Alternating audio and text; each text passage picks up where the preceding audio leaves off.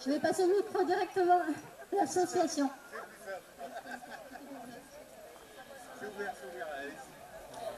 Bonjour. Donc, moi je m'occupe de l'association Lévrier du Sud. Je suis secrétaire et déléguée pour la région Rhône-Alpes.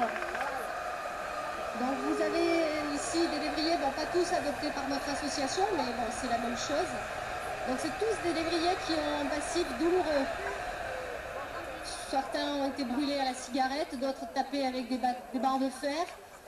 Certains donc sont restés jusqu'à 2 ans en refuge surpeuplé. Et tous ont un passif plus ou moins difficile qu'il faut leur faire oublier lors de l'adoption. Donc ça se passe avec beaucoup d'amour, beaucoup de tendresse et surtout beaucoup de patience. Et on arrive à les récupérer. Donc c'est en ces chasseurs, automatiquement, il est éliminé. Il est éliminé. Ah bah Joyce.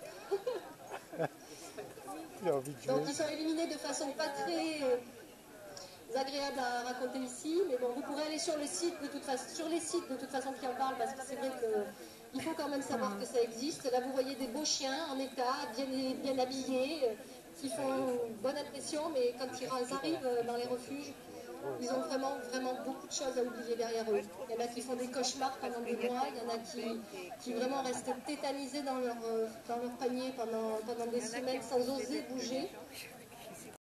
Espagnol, il faut savoir qu'il y a la sécurité maximum qu'il faut avoir pour eux. Donc c'est des clôtures, c'est ne pas les lâcher, c'est être vraiment très prudent.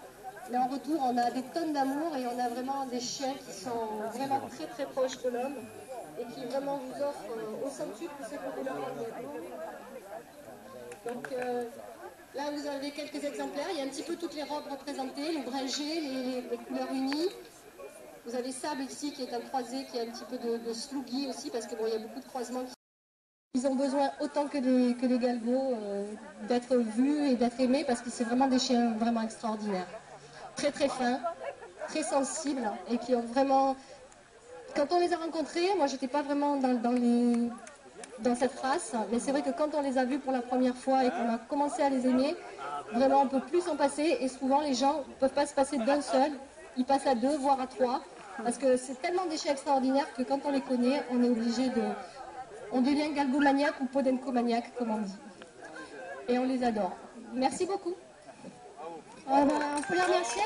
Ce qu'on peut juste dire, parce que c'est vrai que c'est difficile de décrire ce qu'ils ont vécu, mais je pense qu'un simple regard, même sur Sally qui est ici et qui est arrivée il y a peu de temps, il y a quelques mois, éclairera sur son passé douloureux.